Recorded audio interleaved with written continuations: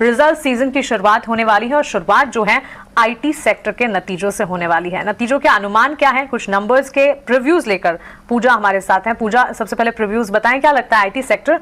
वैसे कह सकते हैं कि डाउनफॉल के बाद पिछले 1 महीने से एक्शन नजर आ रहा है। प्रीव्यूज, अनुमान क्या कहते हैं?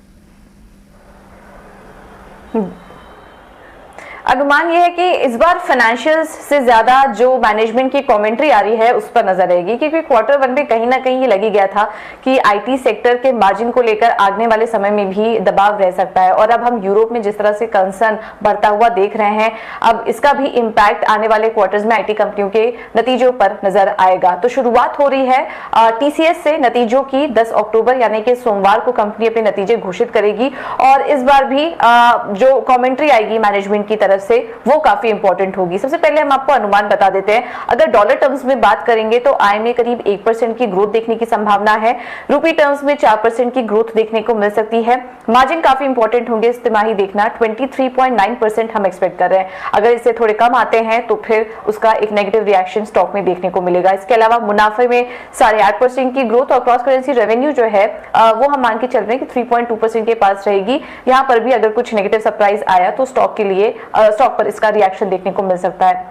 इसके अलावा जो आय है उसमें डिजिटल और इनके जो क्लाउड वर्टिकल्स हैं वहां से काफी अच्छा योगदान देखने को मिलेगा। लेकिन टीसीएस का जो एक्सपोजर है 30% वो करीब यूरोप से आता है, तो ये देखना काफी इंपॉर्टेंट होगा कि वहां पर करेंसी में हम देख रहे हैं जिस तरह से दबाव है, कितना इंपैक्ट आता है कंपनी की बुक्स पे और इसको लेकर क्या कॉमेंट्री आती है, ये काफी इंपॉर्टेंट होगा देखना। एट्रिशन को लेकर क्या बयान आते हैं और साथ ही मार्जिन को लेकर भी कंपनी किस तरह की गाइडेंस देती है, ये भी इस पर भी नजर रहेगी। और डील पाइपलाइन कैसी दिखाई दे रही है आगे के लिए और FY23 के लिए भी, ये भी काफी इंपॉर्टेंट होगा देखना। तो फाइनेंशियल्स के अनुमान तो हमने आपको बताए, लेकिन कमेंट्री इस बार की काफी ज्यादा इंपॉर्टेंट होगी।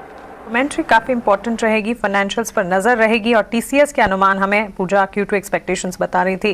राजेश जी, रेवेन्यू ग्रोथ की अगर बात करें, डिजिटल और क्लाउड वर्टिकल्स का इंपैक्ट है जो कि रेवेन्यू ग्रोथ पर पड़ता हुआ दिखेगा। वहीं मार्जिन्स जो है उन्हें क्वार्टर ऑन क्वार्टर बेसिस बढ़ते हुए दिख सकते हैं due to wage hike, normalisation, currency tailwinds.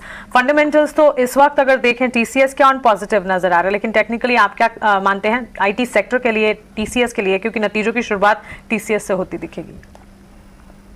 तो टीसीएस पे अभी भी ट्रेंड देखें तो अभी भी स्ट्रक्चर तो वीक है। स्टॉक ने जरूर अटेम्प्ट किए यहाँ से रिकवरी के, बट अभी भी सब्सटेंशियल रिकवरी यहाँ पे बनते हुए नहीं दिखी है। हमें लगता है जब तक स्टॉक में 3150-3200 की रेंज क्रॉस नहीं कर पाएगा स्टॉक, जो भी पुलबैक मिलेंगे ऊपर साइड में एक सप्लाई जरूर यहाँ पे कंटिन्यू देखने को मिल सकता है।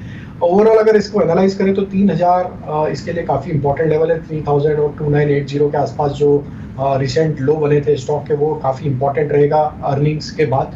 अगर ये रिजल्ट के आउटकम के बाद अगर ये लेवल होल्ड आउट होते हैं तो हमें लगता है कि एक शॉर्ट टर्म में कहीं ना कहीं एक पुलबैक का ट्रेड यहाँ पे बनते हुए दिख सकता है, क्योंकि काफ़ी समय से स्टॉक ने लोअर साइड पे इसी रेंज के आसपास से बार बार पुलबैक जरूर बना है।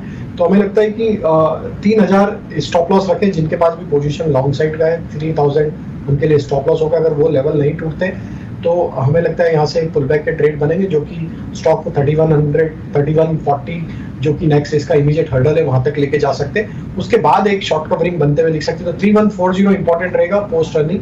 तो 3000 और 3140 ये दो लेवल्स को हम वॉच में रखेंगे रिजल्ट के बाद।